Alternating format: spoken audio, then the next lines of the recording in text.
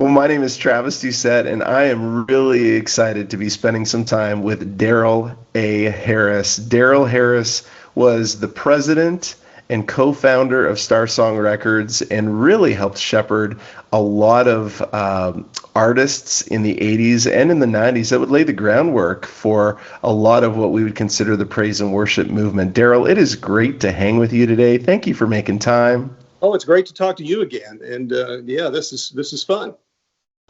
We had a couple of fun phone calls. I remember the first time that I called you, I expected it might have, gone for 15 or 20 minutes, and we probably talked for about 90 minutes just reminiscing, and I think we did it over two parts, and I think as excited as you might have been to share your stories, I was just so thrilled to listen and to hear, and I'm really excited that we can capture some of them today on the interview. So just thank you so much for making time for this. I really do appreciate it. Oh, you're so welcome.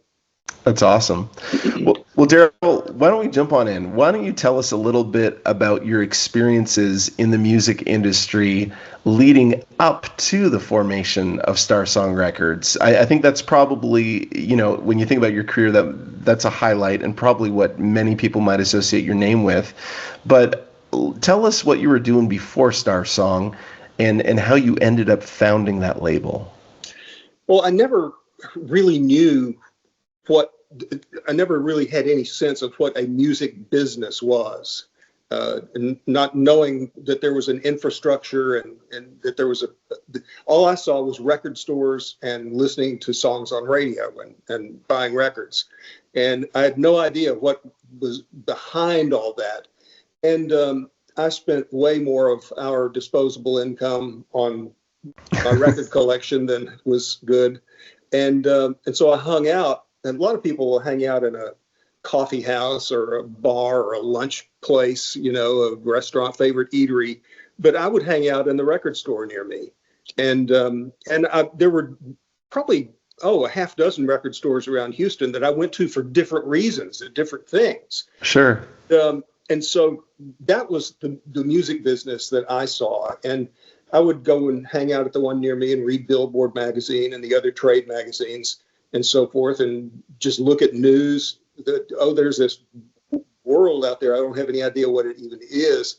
And one day, my friend Randy Dodds, who was managing the disc record store near me, said, "Hey, you still want to be in the music business someday?" And I thought that meant having his job, And I said, yeah. He said, "Do you know who Bill Ham is?" And I said, "No, I don't know that name." And he said, "Do you know who ZZ Top is?" And at that point, this was in 1971, and ZZ Top was still just a local Houston band, and they were just releasing their second record album, and he went over and picked up that album, Rio Grande Mud, and he showed me on the back that Bill Ham was their manager and producer. He said, "Well, he's leaving a job. He does radio promotion for a local distributor, H.W. Dailies, which distributed about 25 or 30 different record labels, smaller record labels."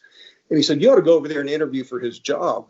So I did, and got the job. And so for the first 2 weeks, we would load up our car with records in the morning.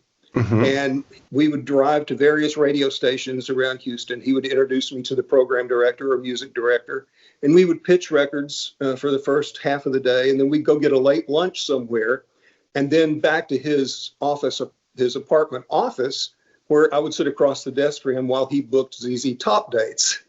And so it was kind of like this magic, this curtain opening up and finding out, there's this whole world that I just had glimpses of in Billboard, Record World, Cashbox, and so forth.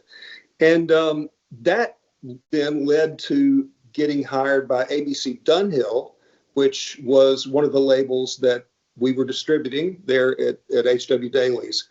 And so all of a sudden I was doing field promotion, calling on radio stations mostly in Houston and surrounding areas, and New Orleans and surrounding areas.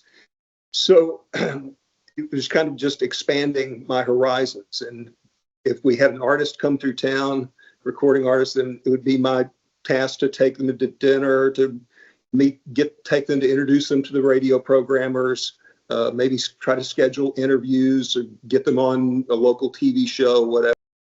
And so then my old friend that had first told me about that first job said, you know, I know you're very committed in your Christian faith and you love the music business.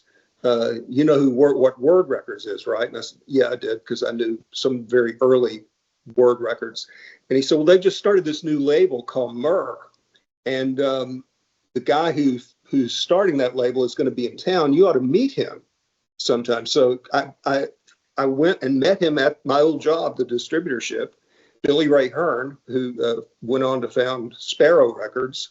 And Billy passed away a few years ago now, but I left Houston. We moved to Waco, Texas, and I became the national promotions director for Myrrh Records. So Myrrh Records at that time was Billy Ray doing all the A&R and making the business decisions, and me doing national promotion, and we had a shared executive assistant. So it was 3 people.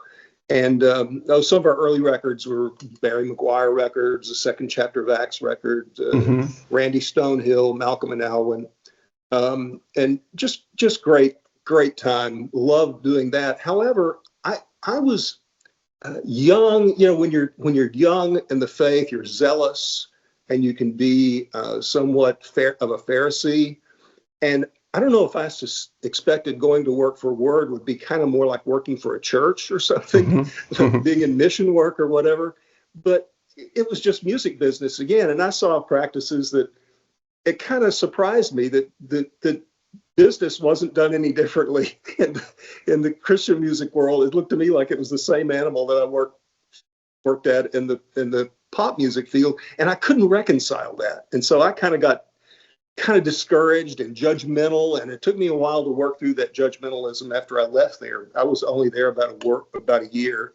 So I found out then that Clive Davis, whose book I had read, he had been leading the Columbia, all the product development at Columbia and CBS, and he was starting a new label that didn't even have a name yet.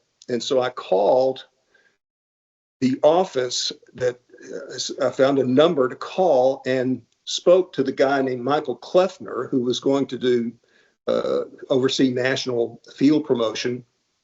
And he said I asked him about if I could interview if they were going to hire anyone in Texas. And he said, yeah, we will. He said, in fact, I'm going to be in New Orleans a week from Thursday. Why don't you just meet me over there and we'll talk? And so I took a day off and flew to New Orleans and met Michael and got hired to do local promotion for the state of Texas for Arista Records. And that was about a year and a half. And Barry Manilow, Melissa Manchester, Outlaws, on and on. And so then for the first time in my life, I was let go from a job. I got a call from Arista. They were letting me go. The only reason they gave is they felt like they needed a change in the market. Come to find out, they needed to give a job to someone who was a nephew or son-in-law of someone in the New York office. So we had a friend that had been a classmate of my wife's in high school, and he had started a little local regional distribution company for contemporary Christian music, the Jesus music that was coming out at the time, the Maranatha records, and Benson had Larry Norman records, and of course there was the Myrrh stuff that I'd been working on. And he, for a year or two, he'd been talking to me about, why don't you come into business with me and we'll just start a label.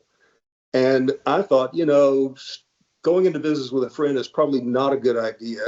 It probably would be dangerous for a friendship. But as it turned out, once I needed a job, I found fewer reasons to put that off. And so I think we had a little nest egg of about $3,000, and we borrowed another $7,000 or so from Janet's parents, and that bought our first master. It was a nearly finished Tom Autry master, and we named Star Song for the Calvin Miller book, the Singer trilogy, the Singer, the Song, and oh gosh, what was the final installation of that trilogy? But I remember talking to him on the phone one day and asking him if he would mind if we used his the Ancient Star Song, if we use Star Song as a label name. He said, "Oh, I think that's a great idea." So Star Song was born. That was in the summer of 1976, and that was the next 20 years of my life. Wild. Wow, there's a lot there. I remember when we first spoke, I remember seeing a promotional, like a DJ promotional label on a record, and there was a little note at the bottom right that said, "If you need more copies, call Darrell Harris at this number." Oh, that had to have been a Murr? Yeah, it was a Murr. I think it was a Randy Matthews record that I had just, Yeah. yeah. But in those days, Christian radio had not yet developed and become Right. what it is today. And so what you had more so than Christian radio stations, Mhm. there were radio shows that Right. syndicated. Some were just local shows, some were syndicated shows like Jesus Solid Rock, and there was one up in New York. And so I remember, for instance, when the second chapter of Acts released Easter Song, Mhm. we tried to think, okay, what can we do to promote this? So we sent the single, of course, and as well as the album, to all the radio shows around the country and the handful of radio stations there were. But then also, I don't know if you remember the little, oh gosh, what was the manufacturer of these things called sound sheets? Okay. It was a flimsy sheet of plastic That would go in a magazine? Yeah, that would go Yeah. into a magazine, and it was like a 45 RPM single that would play a handful of times before the grooves were just gone. Sure. And so we tipped in the Easter Song sound sheet to Charisma magazine, and I don't know how many Christian magazines we tipped it in, and then we sent the single and the octavo, the actual choir arrangement of Easter Song, to like, I don't know how many thousands ministers of music around the country. And so we were just like, scraping, trying to find, okay, what can we do to get this song heard? And to this day, Easter Song is still sung it's in all over the country. It's in the hymnal, and it's just so interesting to hear those stories, because that's really the beginnings of creating the industry that became contemporary Christian music. So you found this label, Star Song, in 1976 with your friend, and now it's time to find some artists. Who were some of the first artists that you signed and recorded?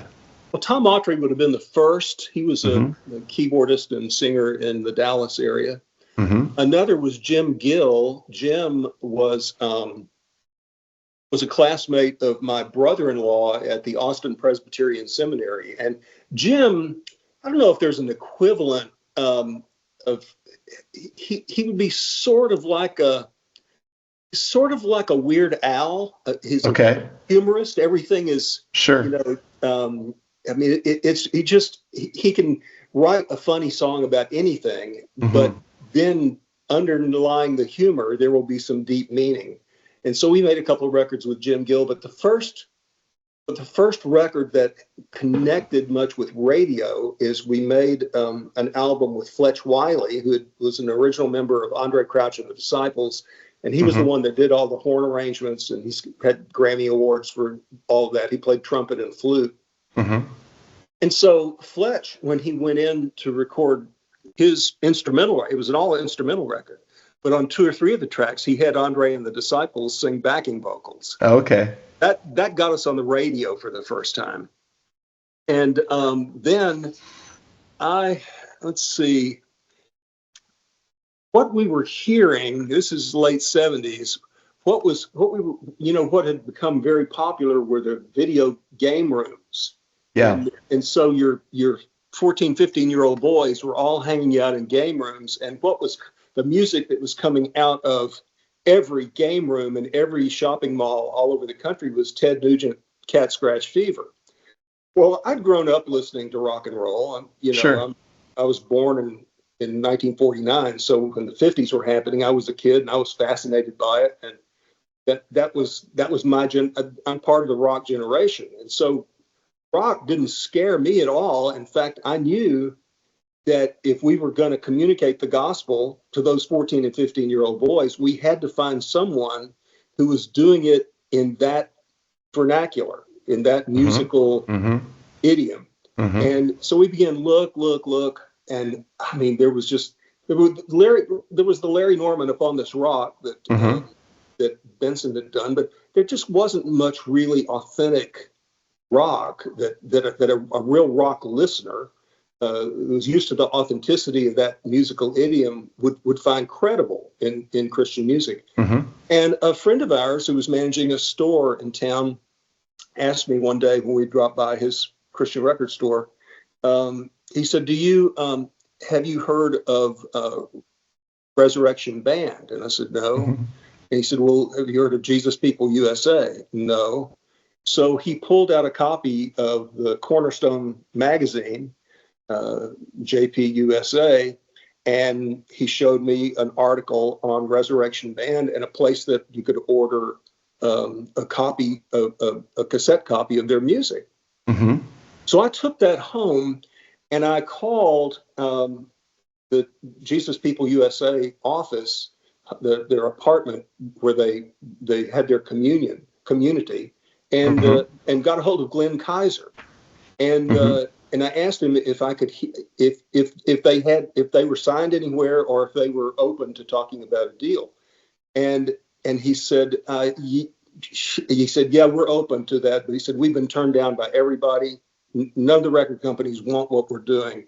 Right. And so, well, I've been praying for something like this. And I said, I would really appreciate it if you would give me a chance to listen at least. And so he sent us a copy of the 2-track master. And so I remember we sat down in the control room at Rivendell Recorders, a studio we built there in Pasadena, and start listening to Awaiting Your Reply. It was the master for Awaiting Your Reply. And I remember wiping tears of joy because it was an answer to prayer.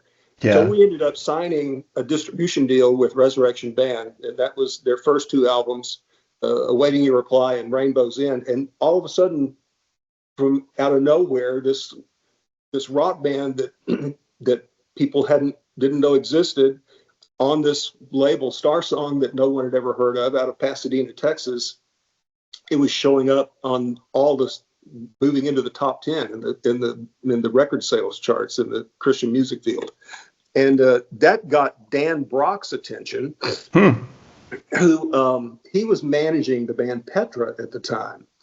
And he noticed that Petra had been dropped from the Myrrh label after 2 records, the self-titled one and Come and Join Us, that had God Gave Rock and Roll.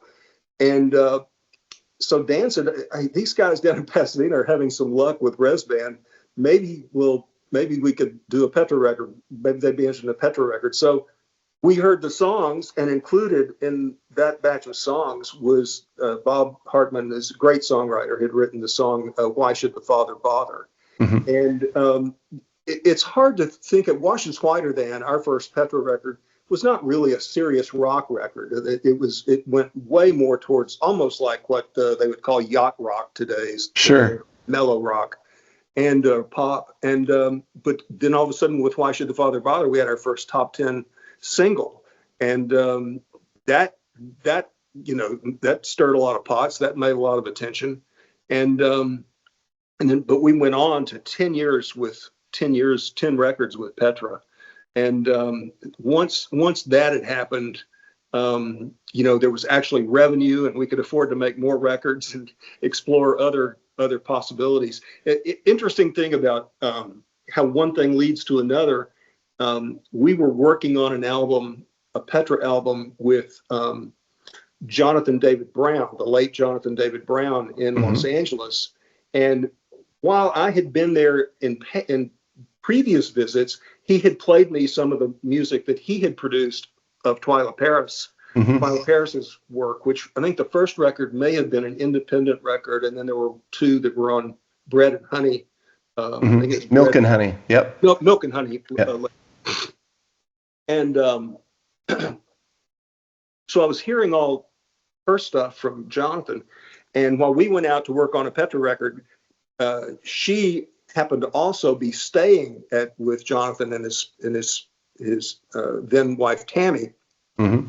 And so all of a sudden, Twyla and we were under the same roof, being hosted by the same family. And so we just became friends. And as we were taking her to the airport, I think after we were hanging for a couple of days, I said, "Are you? I said, I don't know what the etiquette is here, but are you signed for more records with your current label?" And I said, if so, great. I said, if not, if you're ever interested and open, I said, we'd love to chat with you. And she said, no. She said, I just turned in my last one, and under the contract, my contract is complete. So then we went to work with Twyla, and so then we not just didn't just have a couple of rock artists that were succeeding, but also a female vocalist that was making her mark in other parts of the market. Yeah, you could see how it was rounding out the label. You have rock artists, you have female, singer-songwriter artists as well.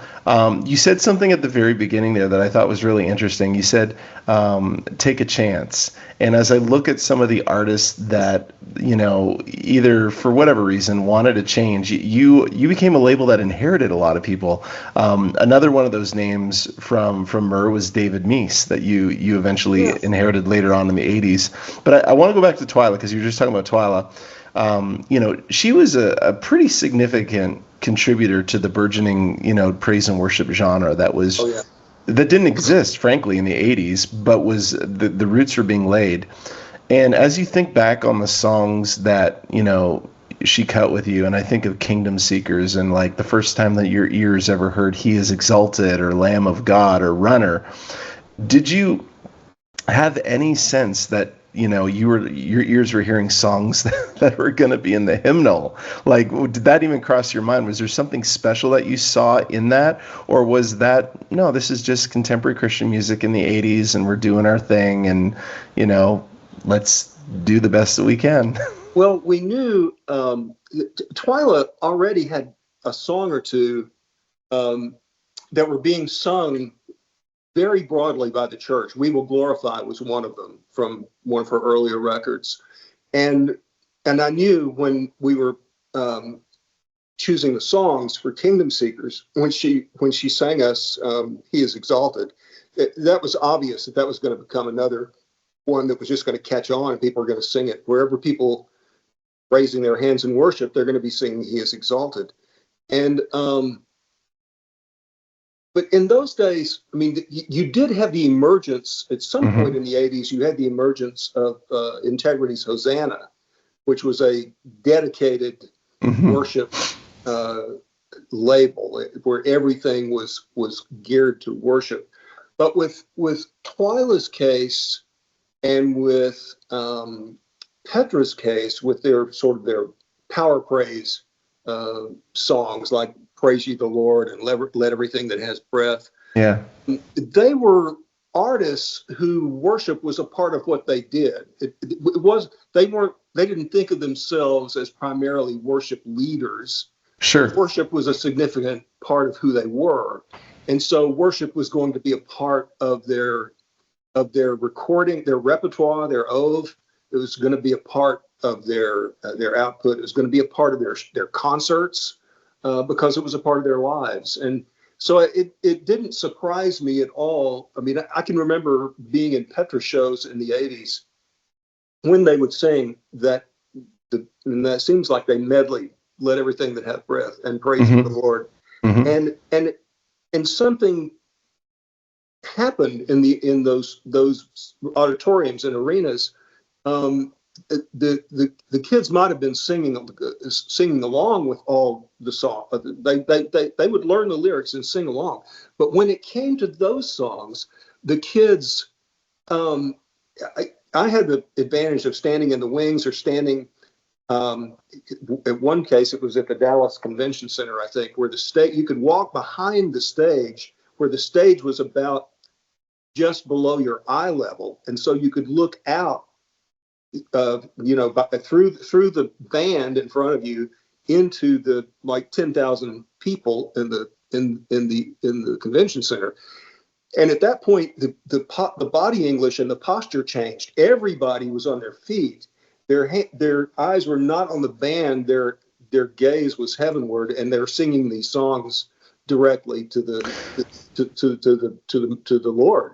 And so you knew then that they were contributing something to the worship life of the younger church. That's so awesome. There's a difference, isn't there, about singing about God and then singing to God.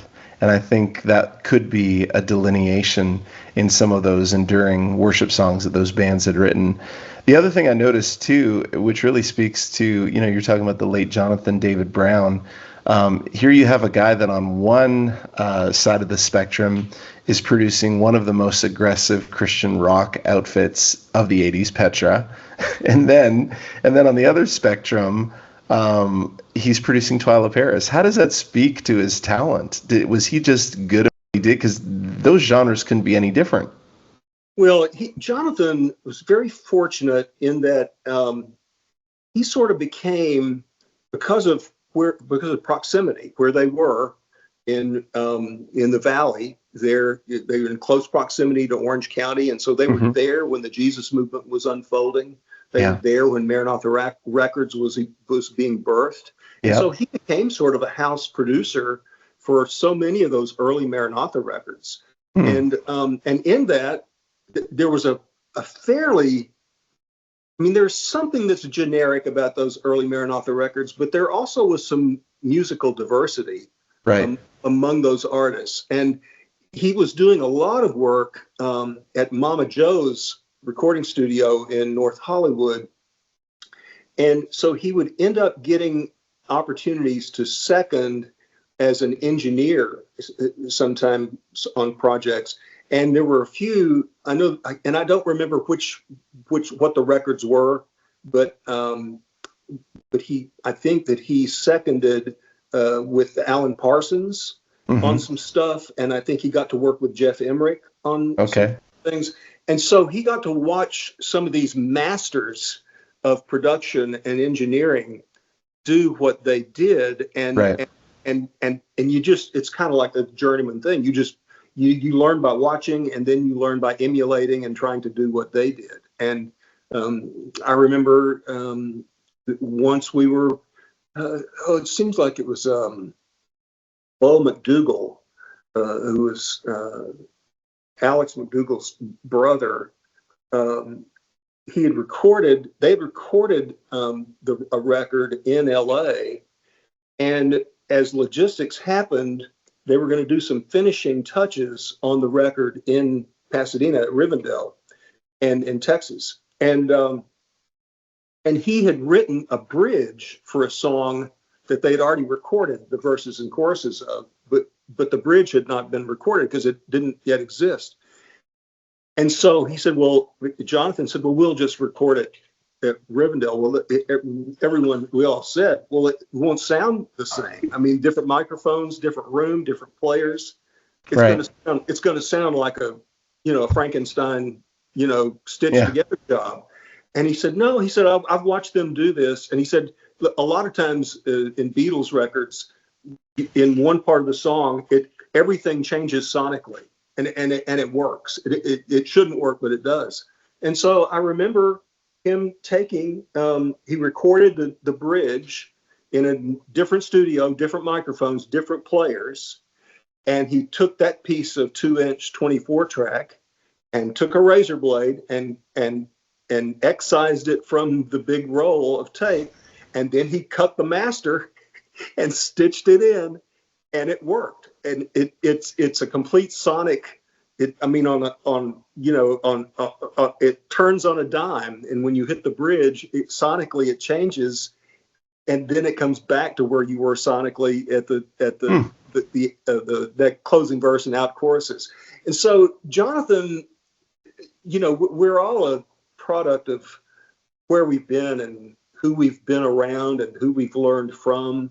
And if we're lucky, we're paying attention. If we're lucky, we're around some talented people, and if we're lucky, we pay attention and learn from them. And he certainly did that. Yeah, just wow, very very interesting guy who had some incredible talents. He come into your world through Twyla. What happened first? Jonathan's relationship with Twyla, and then that led to Jonathan's relationship with Petra? Yeah. Somehow my founding partner in Star Song, Wayne Donahue, had become friends with Jonathan. He had met Jonathan before I had. And I think Wayne had been in LA on some trip that I had not gone on. And he told me about John. He said, "You've got to meet this guy." And so we met, and so I began to immediately think, well, who are we signing that it would be great to have him produce? And it ended up being Petra, and the first record that we did with him was Never Say Die.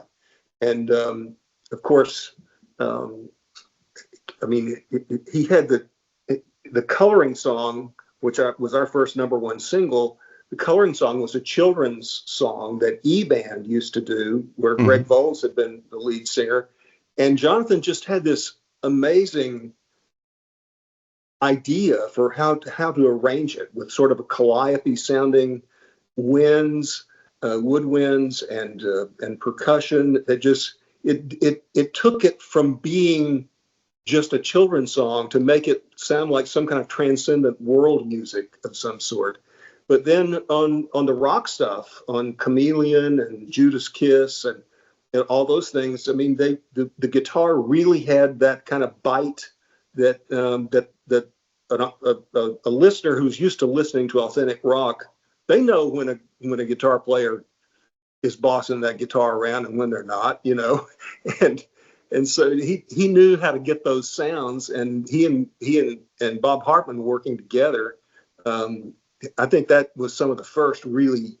That was some of my favorite guitar that I'd heard out of Bob Hartman yet, was on Never Say Die, and they'd already done 3 records, the first 2 more records, and Wash Is Whiter Than with us. You mentioned the Coloring Song, and I don't know if you realize this from your perspective, but that song became, in its own way, it became like an anthem in evangelicalism. I can remember growing up in the late 80s and 90s and, you know, going to camp and campfires. There used to be this culture where mime happened in church, where they would press play on the tape and they would do actions, and topping the list of songs that were mimed to was the Coloring Song by Petra. So these sounds were in our head all the time, and people would have actions that they would do to them. You know, you mentioned Petra, and some of my favorite memories growing up, I was introduced to that band through my aunt and my uncle and my cousins. But that trio of records, Never Say Die, More Power to Ya, Not of This World, which really could have been a trio. They all some of them improved on each other, but they all very sonically were just fantastic. Those records were, like, even to this day, just incredibly well written, incredibly well recorded, and to your point, incredible guitar work as well. Yeah, those were 3. They were perfectly whole standalone works, but the 3 of them they are sort of a piece. I mean, they almost feel like interlocking pieces in a way. Bob was so I always thought of Bob as a Bible teacher who happened to play rock guitar. I mean, you know, his songs are like small Bible studies. Yeah. But and I remember one song. I don't think he had written Grave Robber yet, but I was fascinated with oh my gosh. It's a Crosby, Stills, Nash and Young song that Southern Cross. Yeah. And with these gorgeous chorus harmonies. Yes. And beautiful song. And I knew that, I mean, the Petra guys could play, but they also had some voices. Yep. And so I remember talking with Bob about Southern Cross. And I said, I'd love would you think about writing a song that would, like, use that kind of stirring chorus of vocals. And he wrote Grave Robber, and which to this day is one of my favorite Petra songs. It's just it's a powerful statement, just of death. Where's your sting? Jesus is he's the Lord of life and has the power over death and hell, and he will rob the graves. Do you have a memory of hearing that song for the first time that's in your mind?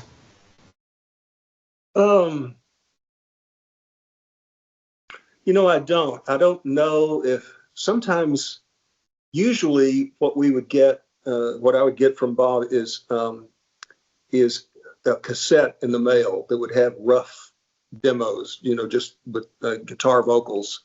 Mm-hmm. But there was one time, and I don't think this one had been written yet, but we were at a show. I think this was the context. There was a show that I was on the West. We were on the West Coast with Petra, and we were going to a few dates, and they had a show that got rained out on a college campus, and so the thing was just canceled. And so I remember Hartman telling us, he said, "Well, to not waste the night, maybe I could just play you the handful of songs I have written." And I think it was the songs for More Power to You. And we heard about 5 or 6 of the songs that became More Power to You, sitting in a little circle with him and Greg Voles just in a small room. And it was amazing to hear those songs and to think, oh man, to imagine how they were going to get fleshed out. It was just big. And was it not that project that became one of the, if not the best-selling album for Star Song, right? More Power to You. Oh yeah, it had to have been one of our best-selling records ever, I'm sure. Yeah. You shared a particular story with me on the phone. I want to prompt you to it as well, and that was around going back to Twyla Paris and Kingdom Seekers and finding the song Lamb of God. And you told me a story about how the producer of her previous record for Benson, her last project for Benson Warrior as a child, passed on the song. I think I've given you enough. Why don't you pick up the story and tell us kind of how that came about? And I don't know why we met in Oklahoma City to do pre-production on that record, but or not really before even pre-production. We were just beginning the song selection process. Right. And so, I think it was because the three of us Twyla was in Arkansas. Jonathan probably was in California, and I don't know where I was at the time, but it was convenient for us to meet in Oklahoma City for some reason. And maybe she had a concert there. That was likely what happened. But we ended up getting Leon Russell's studio, which was there. I think it was called Shelter Recorders or whatever. And so we met there, and Twyla was playing us the songs that would become Kingdom Seekers. And Twyla was always a very powerful songwriter, but not a prolific songwriter. And typically, she, as it came time to make a record, she would be 1 or 2 songs short. And you got to put enough music on a record if you're going to charge somebody money for it. You got to give them their money's worth. And so we were missing at least 1 song, and we had we knew that we were going to be short, and so I had asked her, can I solicit songs from other sources? And so we were getting songs that people who had been the same songs that were being pitched to Amy Grant and the Imperials and Sandy Patty at the time, Michael W. Smith. Those were some of the songs that we were listening to, but none of them really seemed right for Twyla. Either it didn't make sense to us or it didn't make sense to her or whatever. And so we're saying, what are we going to do? Because we really need another song, maybe record something in the public domain, a hymn, I don't know what. And Jonathan said, well, you remember that song that the people at Zondervan passed on for the Warrior as a child? And she said, no. And he said, yeah, it was kind of a hymn-like worship song. I'm saying, do you have anything, maybe something you started a long time ago? It's something in your piano bench, that you've forgotten about. And finally she clicked. She said, oh yeah, I think I remember what that is. And she said, and her preface was, she said, I'm not sure how good a song it is, but I'll play it for you. And so she played us Lamb of God. And I said, well, Twyla, I can't tell you whether or not the song will be successful or how successful it will be, but I can tell you how good a song it is. Unbelievable, man. Just to be sitting on something like that, and oh yeah, by the way, oh yeah, I guess I could bring that out. And wild. You guys picked up the band Whiteheart. I want to talk a little bit about Whiteheart. They had been shuffled from Chris Christian's label Home Sweet Home, where they started. They'd been on Sparrow, and the band had gone through a lot. They'd gone through some lineup changes, some personnel changes that were challenging. What did you see in them, having been shuffled around? Like, you have this theme of being willing to do another lap with often an established or partially established artist that's existed somewhere else. That seems to be a theme in your career at Star Song. And I just wanted to know, what made you interested in giving them another go? Well, I got to give credit to two or three other people here. One would have been the year that I worked for Clive Davis, because I watched Clive Davis do that again and again. And interesting. Barry Manilow's first records and Melissa Manchester's first records at Bell Records had not been successful. Right. And he probably could have not taken up the option and passed on them.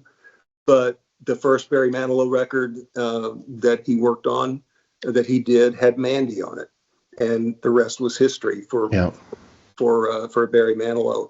The first Melissa Manchester record that was on the Arista, the newly born Arista record, was Midnight Blue.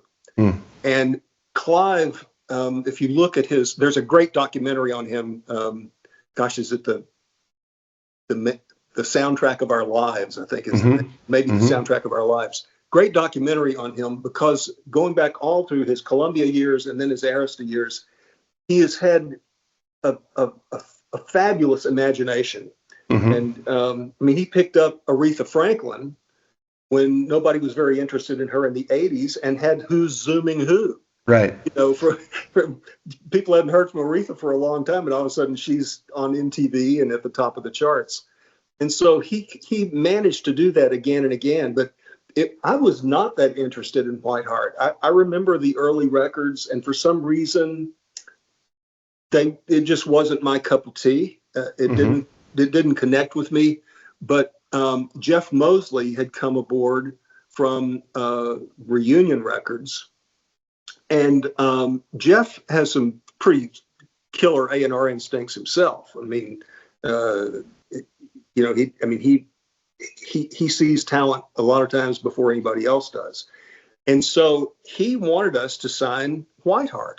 And I said, well, the music has never really been all that fascinating to me, but yeah, we could give it a try. And so he said, I think you would connect. He said, I think that you and Mark Gershmal would connect. And so I got the last couple of Whiteheart records, and I dug down deep. I did a deep dive into those records and listened to what they were saying and how they were saying it, musical textures, what I imagined might have been happening behind the songs. And I saw some deep sorrow and healing that was going on. And so I remember Mark and I got together. In our first chat, we must have talked for about 3 hours. Wow.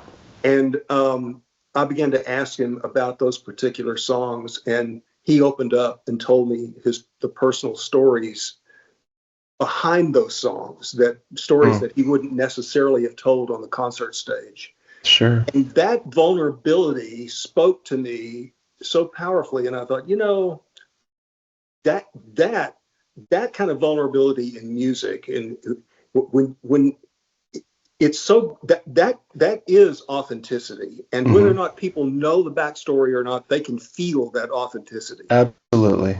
And so I said, Jeff, there's so much depth in Gershwin. I said, I haven't met the other guys yet, but there's so much depth in Gershwin. I said, yeah, we can make records.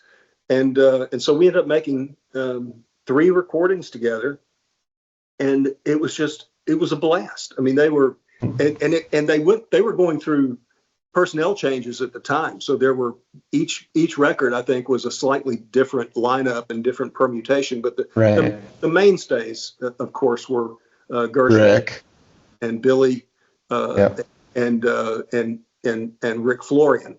And but it was pretty. Those were magical recording sessions, and I remember even just the listening down to the songs before doing pre-production, and there was just depth. There was just there was depth in those songs, but there was also commercial appeal. There were plenty of hooks and plenty of commercial appeal. But I got to credit Jeff Mosley for that, because he saw it before I did. Tell us about inheriting Newsboys. So again, in the theme of somebody needs another chance, there's been a few albums, we need to go another, and not probably at the time even realizing just the magic of, let's get Peter working with Steve Taylor, and let's make this record called Take Us to Your Leader, and like just took CCM by storm in the early 90s. But tell us about inheriting them, and what made you go for them.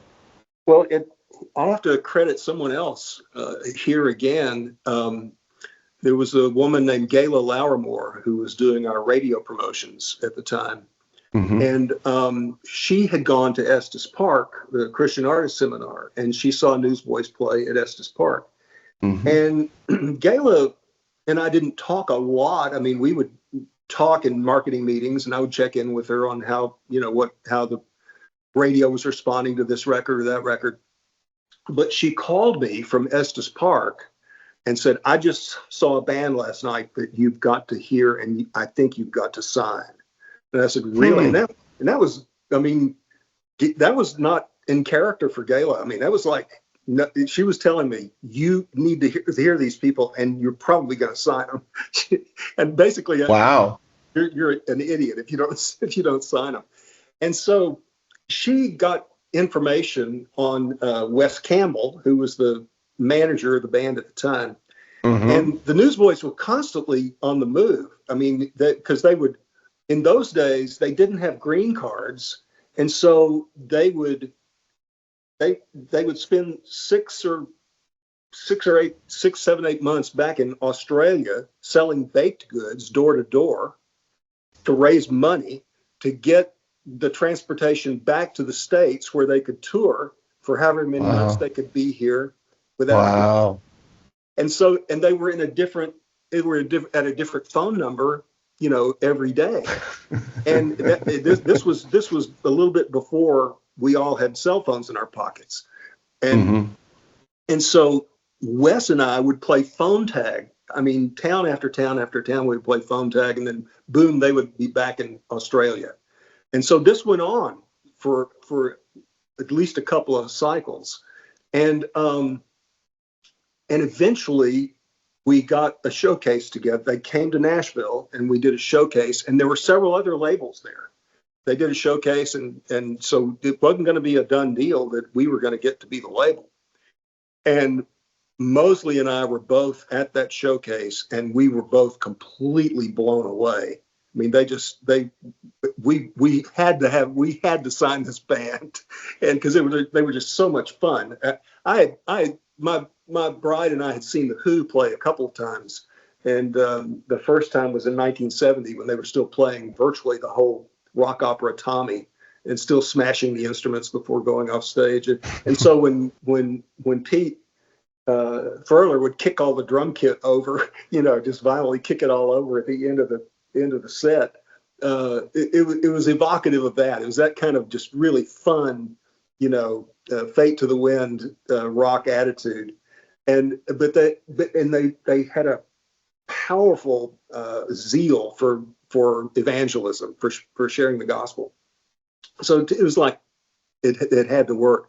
So the first 2 records we make with them, they're still on this cycle of going back to Aussie to raise money to come here to tour. And, Right. and it was another, I was not involved with the first two records. It was another A&R staff person who did them, and they were done under duress. You know, there probably wasn't adequate time for them to write the songs. There wasn't adequate time given to pre-production because everything was done under the gun of trying to get a record made before they had to go back to Australia or sandwich it in after the however many dates they had. So the records got made in a hurry. And so we were upside down on the Newsboys after two records. And I remember Mosley and Jeff and Stan Moser called me in one day, and so Stan was the CEO and Jeff was the executive vice president of sales and marketing. And they said, you know, we're way upside down on the Newsboys, and said we really ought to cut them loose and not hemorrhage any more red ink. And they said, unless you think they can make a record that will sell. I said, oh yeah. They said, do you still believe? I said, oh man. I said, yes, they can make that record. And they said, well, what's it going to take? And I said, we're going to have to. This is before the term double down had become as popular as it is today. But basically I was saying we have to double down. We have to. It's going to take longer time. We need to take more time for the songs to be birthed. And then we have to take more time to make the record. And that means spending more money than we've spent.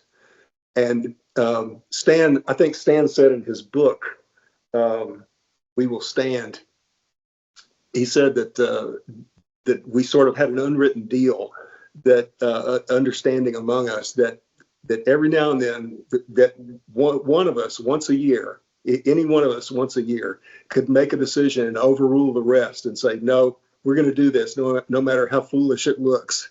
And so that was mine that year. That was your chip to play. That was your chip to play.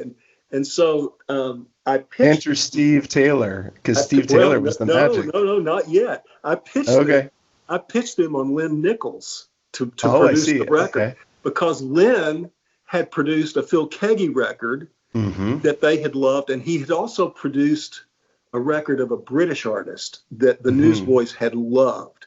Okay. And so I make this big pitch, and they are like, oh man, working with Lynn Nichols? Are you kidding? We are in. And so I'm getting them together with songwriters. I got them together with a staff songwriter. That didn't work out so good. They just didn't gel. I got them together with Steve Taylor. Steve and I had become friends back in the 80s, early 80s. Before he was making records. We actually talked about possibly signing Steve. It didn't turn out that we did. I don't even remember why, but I kept up with him and just as friends and colleagues over the years. And so when I talked to him about writing with Pete, it's because Pete, at that point in Pete's development as a songwriter, he could write a great hooky chorus, and he could kind of begin an idea for verses. But he really hadn't evolved to the degree in his writing that he could write several verses that would develop the idea of the chorus. And so that's what Steve could do. I mean, you know, once he had a hook chorus from Peter, they could flesh out the lyrics. And so Lynn calls me about 3 weeks before time to start the record. Says, I hate to tell you this, but I'm gonna have to pull the plug. He said, I'm way behind on this Keaggy record, Phil Keaggy record, and I have to finish it. I can't drop this and go do Newsboys. Right. Well, I think, good grief, Lynn. I said, I can't believe, this is the worst news, because they were so excited about working. Yeah.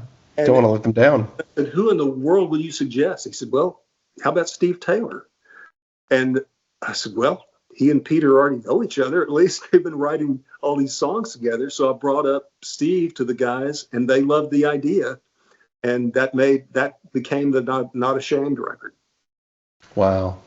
And you can see Steve's zaniness on the records that he was involved with. It just seemed to be a marriage made in heaven.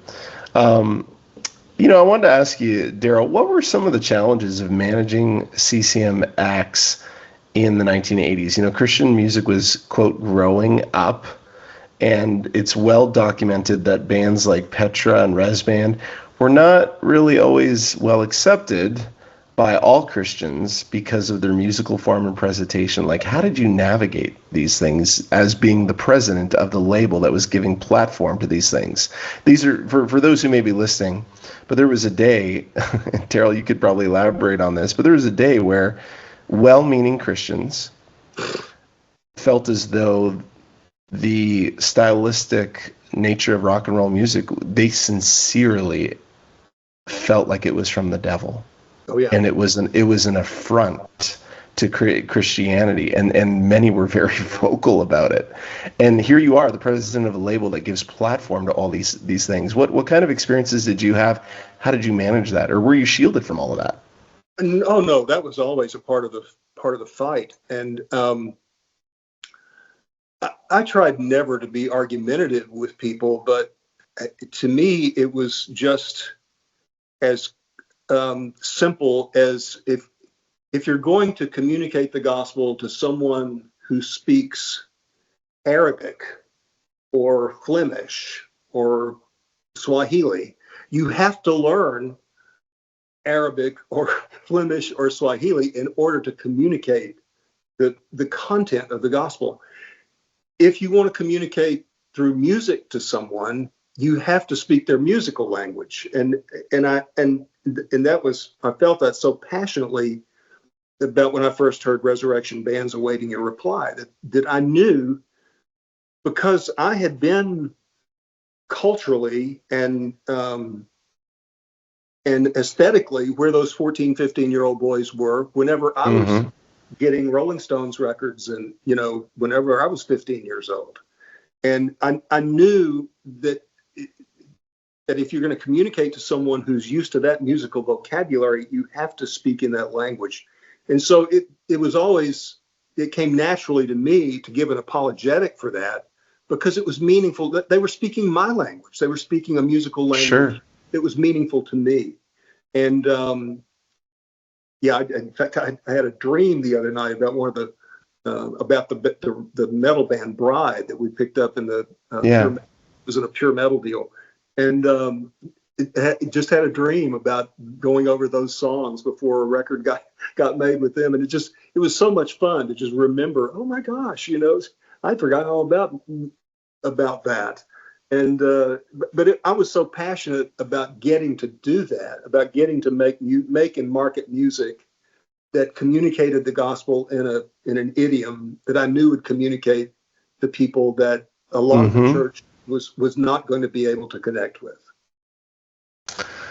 Let's talk a little bit about David Meece. He'd done 7-8 records with Myrrh, and again this theme of like, you gotta do another lap. How did that whole transition happen? Why did you want to take David Meece to the next level of his artistry, and really into probably some of his more vulnerable, you know, songs that were written in the early 90s, Learning to Trust, Once in a Lifetime. Talk to me a little bit about acquiring him and taking him on that journey.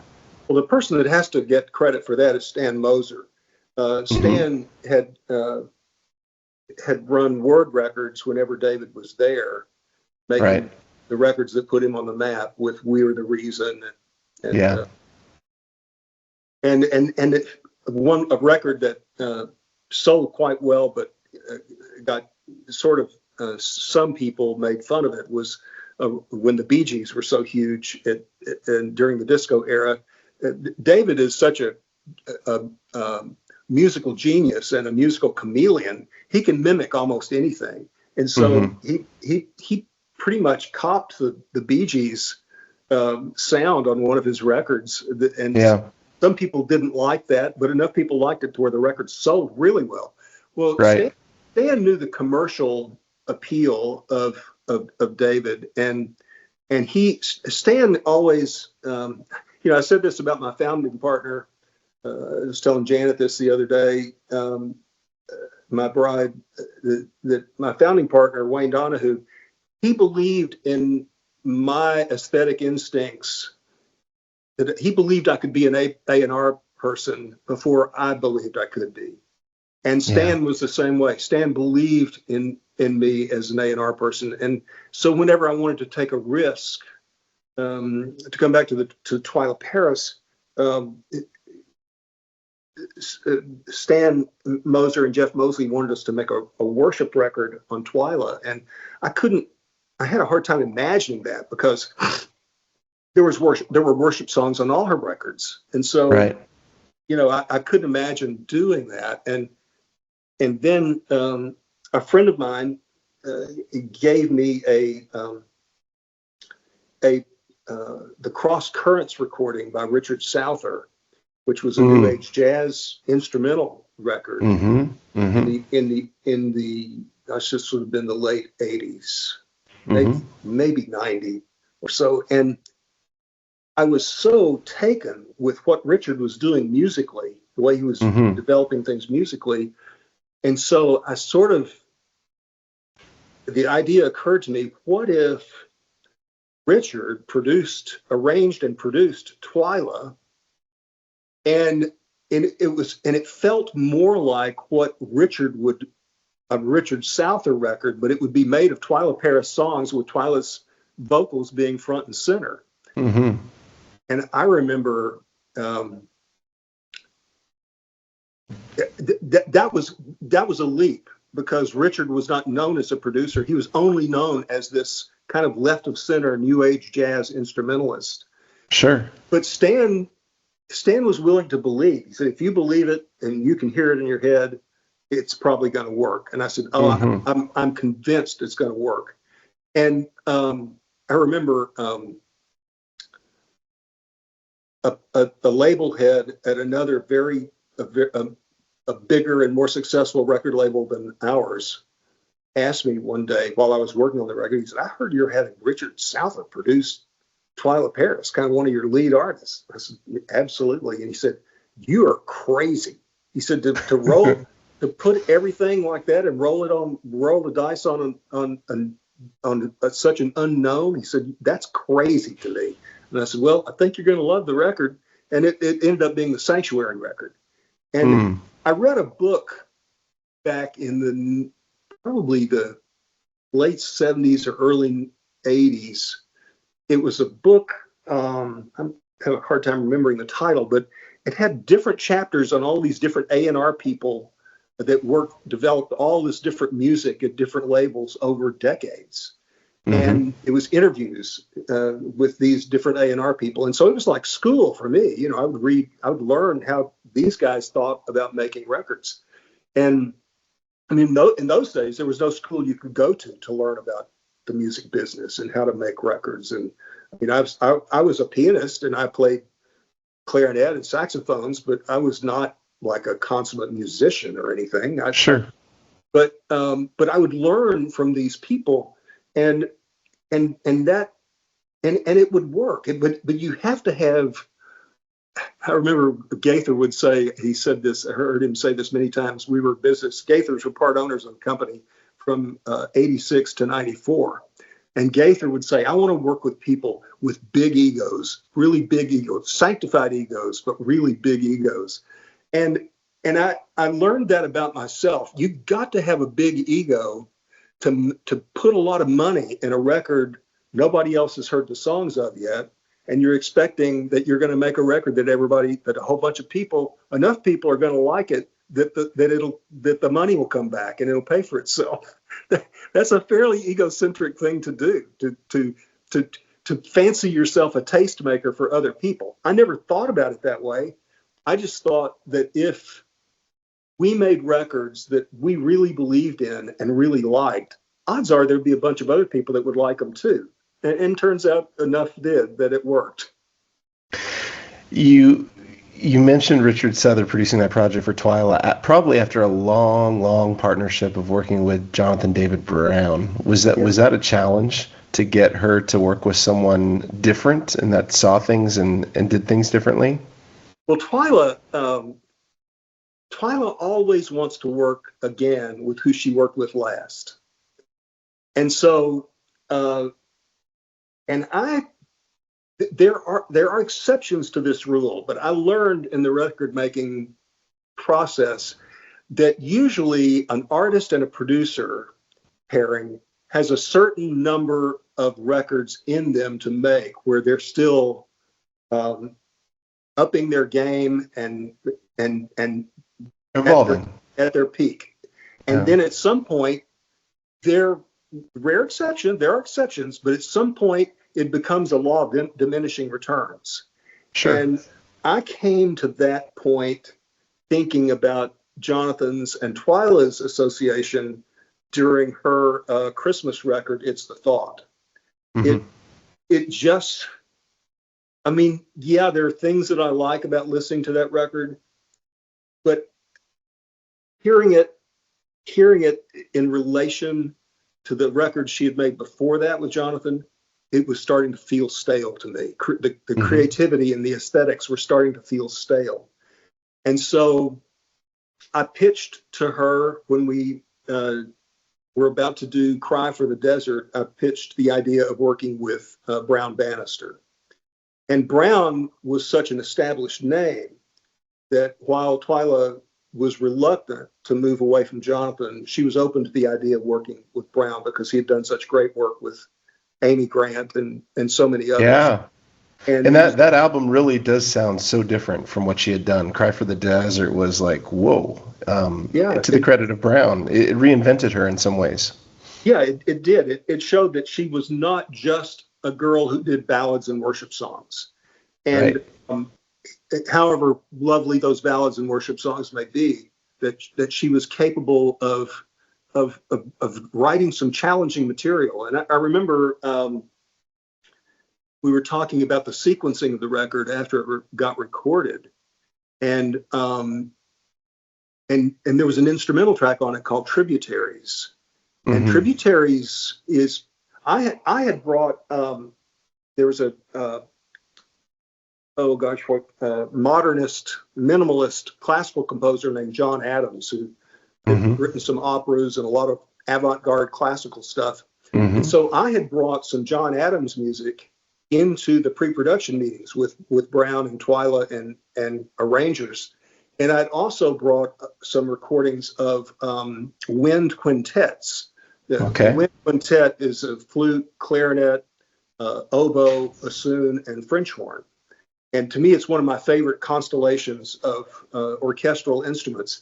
And so I wanted there were a few of the songs that felt to me like they really could use a wind quintet. And of course, some needed strings and so forth.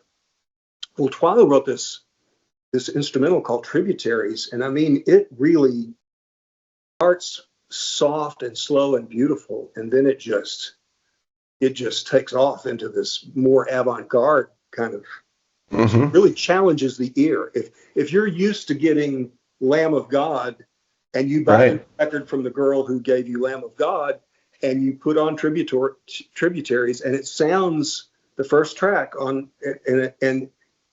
and she said, when we were talking about sequencing, I said, how do you want to open the record? She said, Tributaries. And I said, really? Because that's going to shock a lot of your listeners. She said, I think you burn the toast right from the beginning. It's like you got to drive a stake in the ground saying, here's what I'm doing now. So remarkable. And to think too that, even at that point, Cry for the Desert, I think she'd probably been making records for a decade, and still God Is in Control was still coming up ahead on the horizon. The sequence, and those records we did, Cry for the Desert, which really stretched and her audience, and it expanded her audience. And then we did the Sanctuary record, the worship record, and with Richard Souther, and that was the first album to receive a Dove Award for Worship Album of the Year. It was the first year that award was given, and we were going to. I don't think she had ever had a best of collection, and there was enough depth of catalog. We thought of doing an extended long play, lots of tracks I remember that, and there were re-recordings of some of the Benson songs, which I'm sure at the time is like, how do we not have to license these songs from this label? You're trying to create a product and create assets. Well, re-record the songs. Well, we did that. We began doing that on Sanctuary, because I was thinking, how do you re-record? How do you re-record Lamb of God? That doesn't make any sense, because it exists. It already is. And so we thought, what about an instrumental version of Lamb of God? And so that ended up happening with several of the songs. With He Is Exalted from Kingdom Seekers, Richard said, Abraham Laboriel, the great bass player, yes, is a stellar jazz player. He said Abe Laboriel plays this kind of flamenco guitar that is very popular in, I forget if it was Brazil or Venezuela. I think it's Brazil, and it's not precisely like Spanish flamenco, but it's like flamenco. It's related to it in its rhythmic patterns and strum patterns and picking and so forth. And so he said, I want Abe Laboriel to do that. So when Twyla heard the track, she said, you know what? I'm fairly fluent in Spanish and Portuguese. If this is Brazilian, if this is a Brazilian music form, I could sing it in Portuguese. And so He Is Exalted became El Exaltado.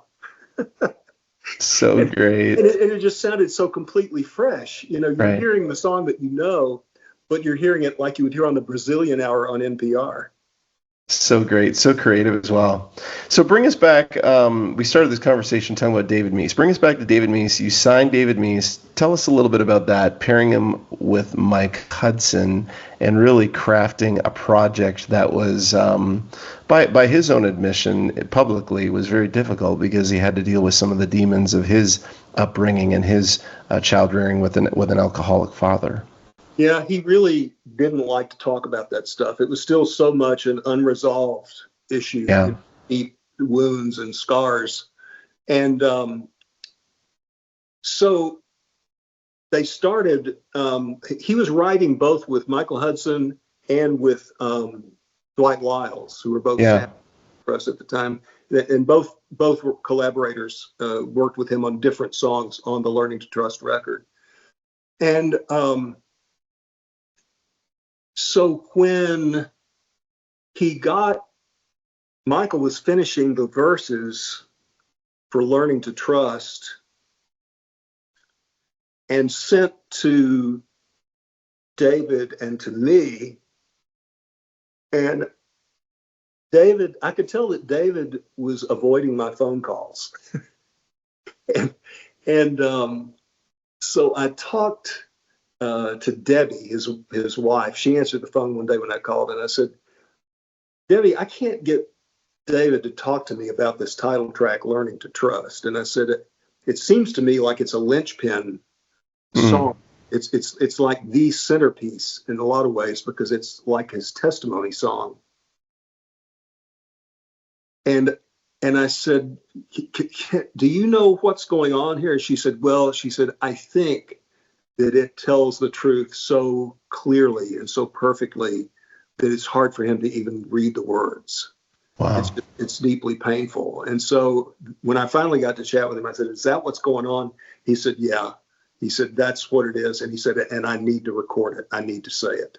And it, I'm David Meece is not an artist. He's an artist that I appreciated what he did. He's not an artist that I would have gone out and sought to sign. But I, looking back on it, I was very thankful that Stan Moser had the imagination and the inkling and believed that we could make some good music together. Yeah. And he did. He just he again he is capable of musical genius. When you think about all the artists and the bands in your roster, and we're not talking just like run-of-the-mill bands. We're talking about bands that are in the Christian Music Hall of Fame, that were under your direction, that were under your influence, who were the people, who were the bands that made a significant impact on you personally, and how did they accomplish that? Wow.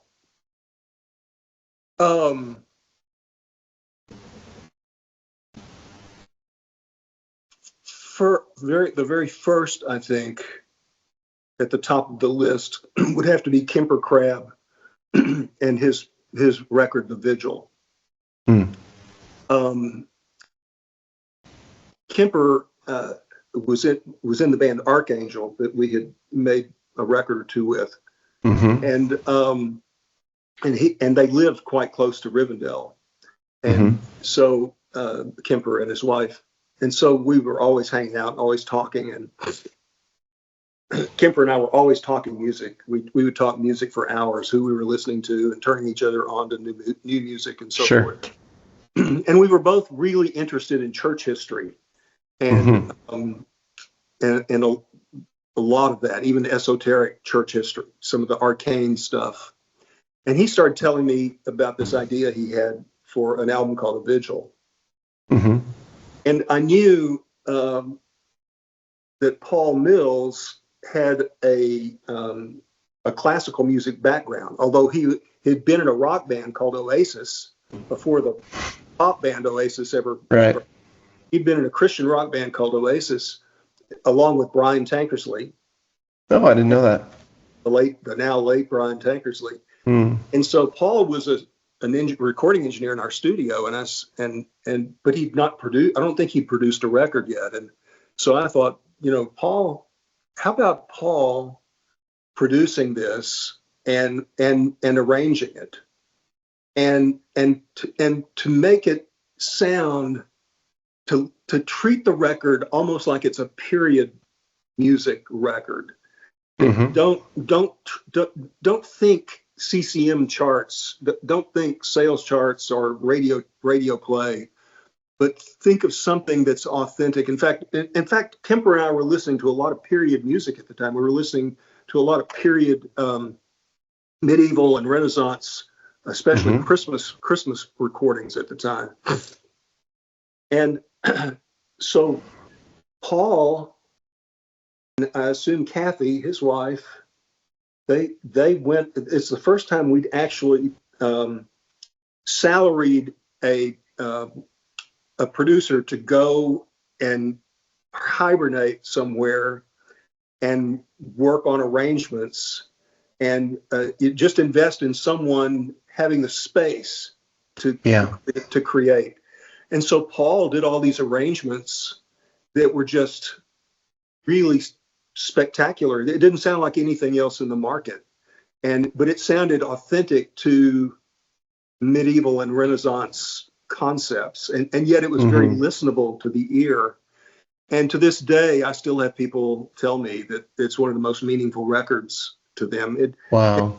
I don't know what its cumulative sales might have ended up being. We were in a pretty compromised distribution deal at the time, and so it didn't get the distribution impact that it deserved. But that one has impacted my life pretty deeply over the long haul. Another would be Twyla Paris's Sanctuary. And because of, here again, not just because of the authenticity and the depth of her writing, Kemper's writing and her writing, but the uniqueness of that musical footprint. The arrangements married so well with the songs and with the voice of the artist that it ends up with those two records. I can listen to them today and they sound as original to me and as fresh as the day that we were working on them. And I would have to say that the Newsboys Not Ashamed record is somewhat that way, in that it was just a breakthrough record for them and for us. I remember too, we still weren't getting the kind of radio impact, radio penetration that we needed for. So that always worked for Petra. You know, they had their rock songs, but then they also had a ballad that could get on.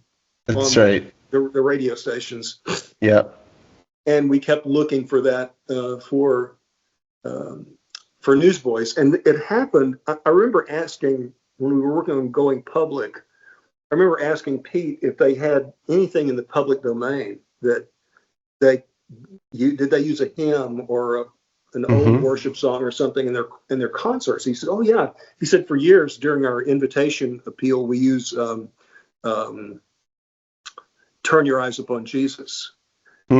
So I reached out to. It was still under copyright with the Zondervan Corporation at the time. So I reached out to get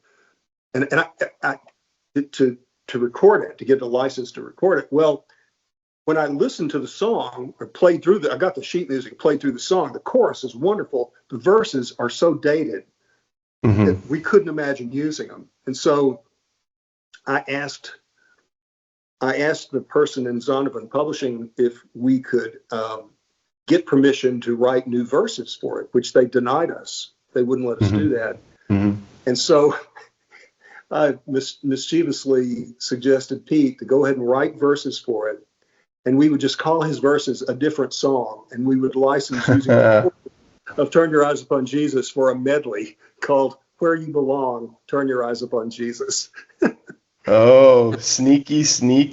And that got them on the radio. But I remember John Rivers. I was seated next to John Rivers with K-Love. Was that his radio station, I think? And we were at a gospel music week. And I think he rode with me in my car between two places during gospel music week. And I said, "John, we're about to make a record with Newsboys, and I'm kind of curious about. I'm thinking about showing them 2 or 3 different models of what other bands are doing right now as ideas for kind of shaping songs and so forth. What would you think about these influences to mention to them about?" And he said, "Here's what I would say." He said, "I think Newsboys are on such a great track." He said, "I don't think that you should ask them to change what they do to move closer to radio." He said, "If they continue to do what they do, I think radio will come to them." Wow. And of course that's what happened. And with Take Me to Your Leader. But one other record I should probably mention that was not as well known is the Craig Smith record, Classic Hymns. And Classic Hymns, Craig wanted to do a record of all hymns, and I'm thinking, well, I don't see the hook there. You know, I mean, there are lots of records of all hymns, and what's going to make yours stand out and be different and be special? And we were kind of stumped on it. So I talked to Paul Mills, who had done Kemper's The Vigil, and I said, "Paul, if we were going to make a hymns record," and we had a list of some of the hymns that Craig wanted to record. And a lot of them were Isaac Watts hymns, and they were of a certain classical era of music writing. And Paul said, "Look," he said, "what if we don't use a rhythm section at all, but we use a continuo like Bach did in the Brandenburg concertos, which would have been kind of in this same time period that some of these hymns were being born. So we use a continuo, which is a double bass and the harpsichord. That becomes your rhythm section, a stand-up bass and a harpsichord. And you don't use a drum kit and guitars and so forth. And that becomes the foundation. And then we use strings, but we basically model some of our arrangements after roughly in the direction of Bach's Brandenburgs. And so once Paul had sort of tossed that idea out, then I said, well, why don't we also take it a step further? In that era, the choir would have all been men's voices or boy choir. And so let's do all the backing vocals with a men's chorus and a boy choir. And so you have this hymns record that no matter in which decade I've listened to it since then, it sounds it doesn't sound particularly current. It sounds timeless. Right. Because it wasn't trying to emulate anything that was in the market.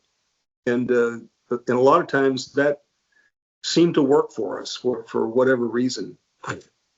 Can you share a little bit with us on what led Star Song to being sold to EMI and subsequently folding as a label? Well, we knew we never had any real capital of our own. We none of us had money. Mm-hmm. And so we were always dependent on people investing in us. And sure, a number of people did. And the largest single outside investors were Bill and Gloria Gaither. And it was clear that they and some of our other investors were buying into it to develop it and sell it. And that's what they did. They invested in order to make money. And not just because they believed in the mission, which they did, but they wanted to turn a profit on their investment. So you knew that there was going to be an expiration date at some point. I think that I was naive enough to hope that there wasn't going to be. Sure. I mean, yeah. In '94, had I had the number of votes and shares to vote no on the sale, I probably would have. But my bride, Janet, knew it was time. She said, no, it's time. She said, our time is done here and it's time to move on. It's time for this to be sold and to move on. And there were a lot of layers to that. That last year, in the first 8 months of that last year, I'd already done 50,000 miles again on American Airlines. I'd done miles on other airlines and miles in artist tour buses and rent cars. I was really toast. I was really toast.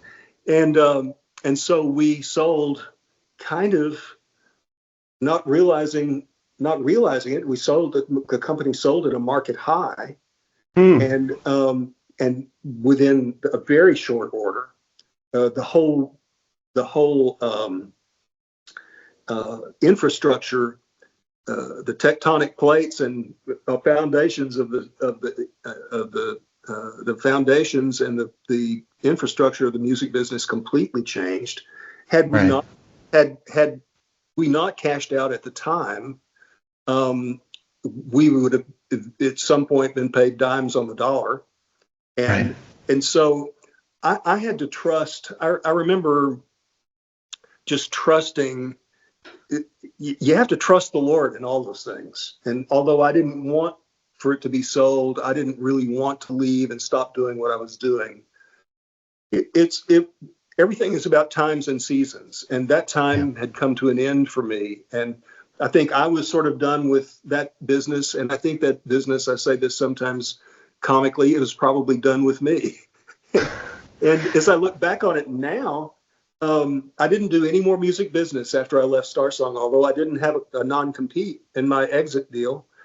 But I took a several month sabbatical and tried my hand at different things. And the thing that really clicked was chaplaincy ministry. And so for then over another 20 years, I spent in doing chaplaincy ministry, and had my music business years not come to an end, had that season not come to an end, I wouldn't have had the bandwidth or capacity to do chaplaincy ministry. So I'm pretty happy camper.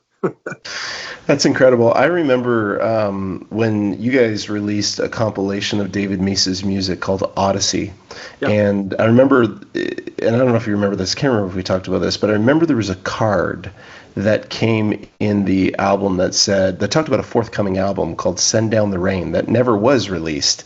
Right. Was that potentially tied to the selling and the dissolving of Star Song and the redistribution of the artist to other labels? It may well have been. I do remember the Odyssey, but I don't remember anything about Send Down the Rain. Yeah. It's interesting. If you go to his Wikipedia site, it's listed as an album, but it says in brackets unreleased. And it was a gold little card about yay high that was tucked in the liner notes of the CD, and it was promoting a forthcoming project that never clearly saw the light of day, which is, as a musicologist, is always interesting, right? Yeah, once EMI owned the label, they had first acquired Sparrow, and so Sparrow became the de facto back room. They became the accounting and all of the management and all of that, the copyright management and all that. Right. They folded it into Sparrow. Yeah, and so before long, I think they used Star Song. John Mays became president after I was gone, and he signed Nicole Nordeman to the label. And I remember telling John at Estes Park, I said, I'd always wanted to sign another female soloist to the label, and the artist I was looking for, you found her. And I wanted someone of that ilk, of that more left of center ilk. And he found her in Nicole Nordeman, and I congratulated him on that. Then eventually they began to use it for, when they began to get serious about worship music, they signed all their early Passion Band. All the Passion Band stuff came out on, right, which was the cutting edge worship stuff at the time. Right. I think eventually they used it as kind of like a dumping ground for choral music, and then I think it finally just closed it out. And right. But Travis, whenever I left, I had to let it go, and even though we had poured 20 years of our lives into it. Once somebody else owned it, it wasn't ours anymore. And that's right. If they wanted to kill it on the altar, they could do that. If they wanted to resell it, if they wanted to burn it down, it was theirs to do with whatever they wanted to do. And I remember there was a song, a passing line in a Gaither vocal band lyric one time, and I forget the woman's name who wrote it. I can't even remember the name of the song. It was a passing lyric line in a Gaither vocal band record that said, "I'm learning the art of letting go." And I think that's a lot of what walking in the way of the cross is, that we have to be all about learning the art of letting go of our wants, of our idols, of the things that, we have to let go of things, put them on the altar, as it were, because they're not ours. We're only given things to steward and to take care of for a while, and then when that time is over, those things are not ours. But everybody's driving a rental car, aren't they? Yeah, in some way, shape, or form. But if you're learning the art of letting go, once you've had it and you've willfully let it go, in a way, it's yours forever. No one can take those experiences away from me. Or the memory. That's the thing that's going to last the longest, are the memories. Oh my gosh! I got to for 20 years of my life, I got to make music and market music that I believed in, and work and doing it with people that I loved being with and working with. And get paid for that. Is that legal? Well, that leads me really well into our last couple of questions here. I just wanted to ask, Darrell, as you look back, what do you think Star Song's role was in pioneering what became the praise and worship genre, and how it kind of laid that foundation for praise and worship that has since become a considerable, if not the lion's share portion of CCM music today? Like, you guys were doing it with like you said, the ballads that Petra did, with Twyla Paris, which after you left, signing Passion. What do you make of all that?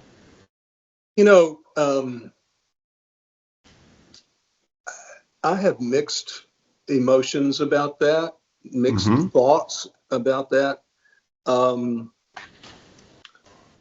I love that people sing worship songs, but worship is so much bigger a thing than singing worship songs. Worship, two of the most important verses, I think, in all of Scripture about worship is Romans 12, 1 and 2. It's presenting your body as a living sacrifice. And on the altar, and it's letting go of even your own life and living it for Jesus and living it for him in others, in service of others.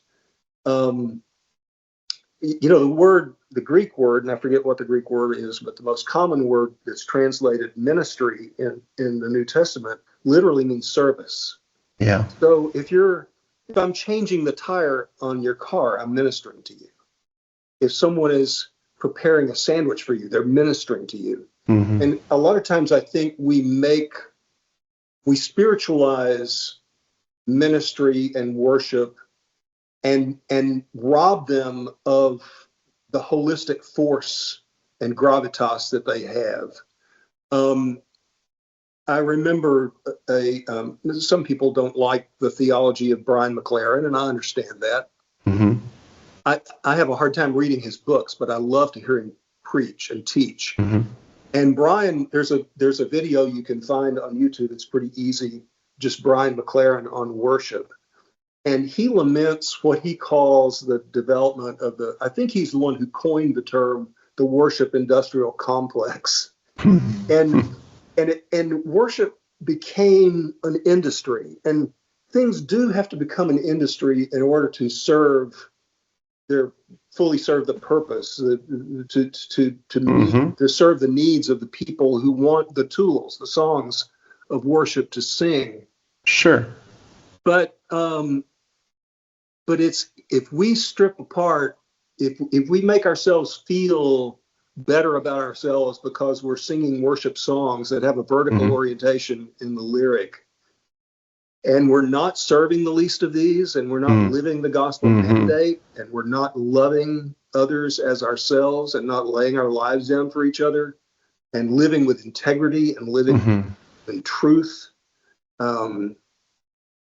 then that's not Romans 12:1 and 2. That's not, then we're not worshiping, no matter what we feel when we're singing the songs. You're absolutely right. And I think you'll appreciate one thing that I tell the worship leaders that are in my care that I coach. I tell them the greatest worship leading that you will ever do is not on stage with a hand on an instrument, but off stage with a hand on a shoulder. Yeah. Oh yeah. Absolutely.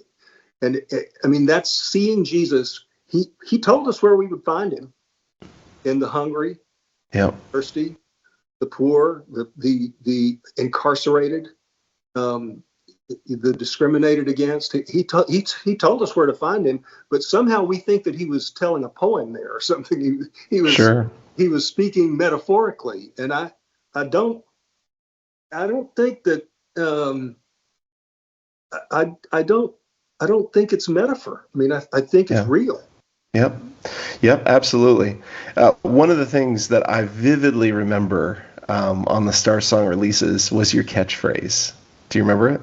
Oh yeah, where artistry meets ministry. Yeah, and it always accompanied with your signature. What does that slogan mean to you, and why was it important for you to communicate that on a lot of the Star Song releases?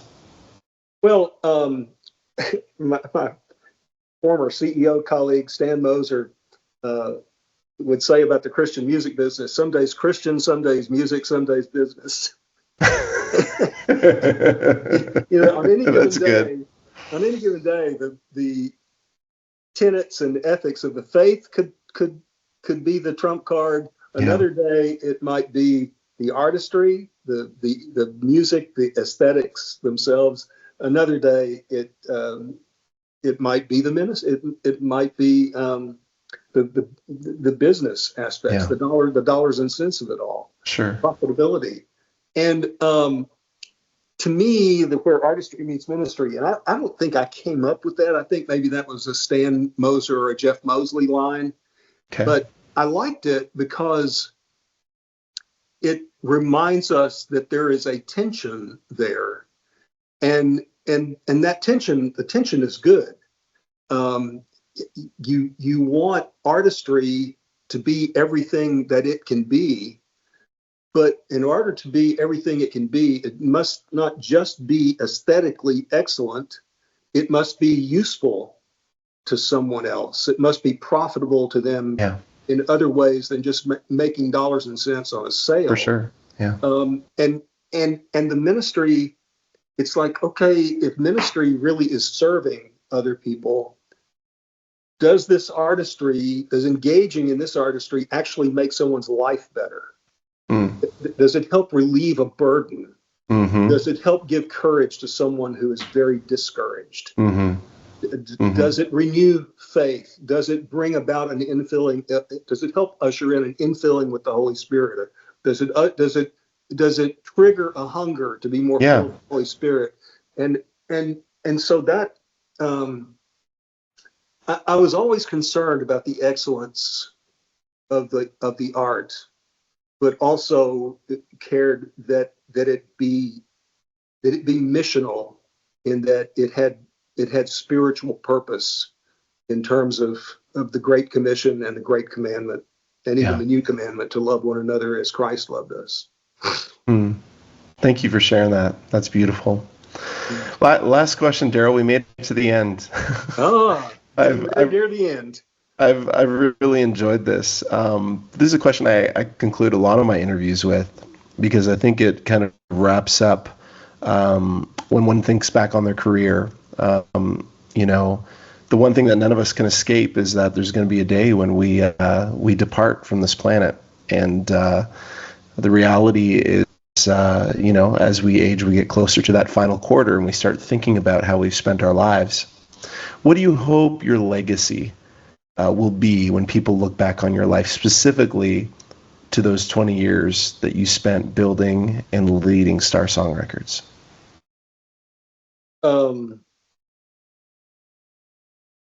I would hope, first of all and foremost, that Jesus would come to mind. That because it's everything, always, only, ultimately and only, is about Jesus. I mean, he's the beginning and the end. He's the author as well as he's the instigator as well as the finisher.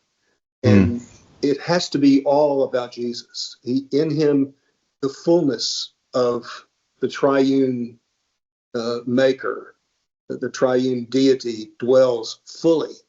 And so it's all about Jesus. And if people think back on Star Song, or the records that got made, or the deals that got made, the business deals, and the way people were treated, the way vendors were treated, the way artists were treated, the way producers were treated, the way the books, the retailers were treated, the radio people.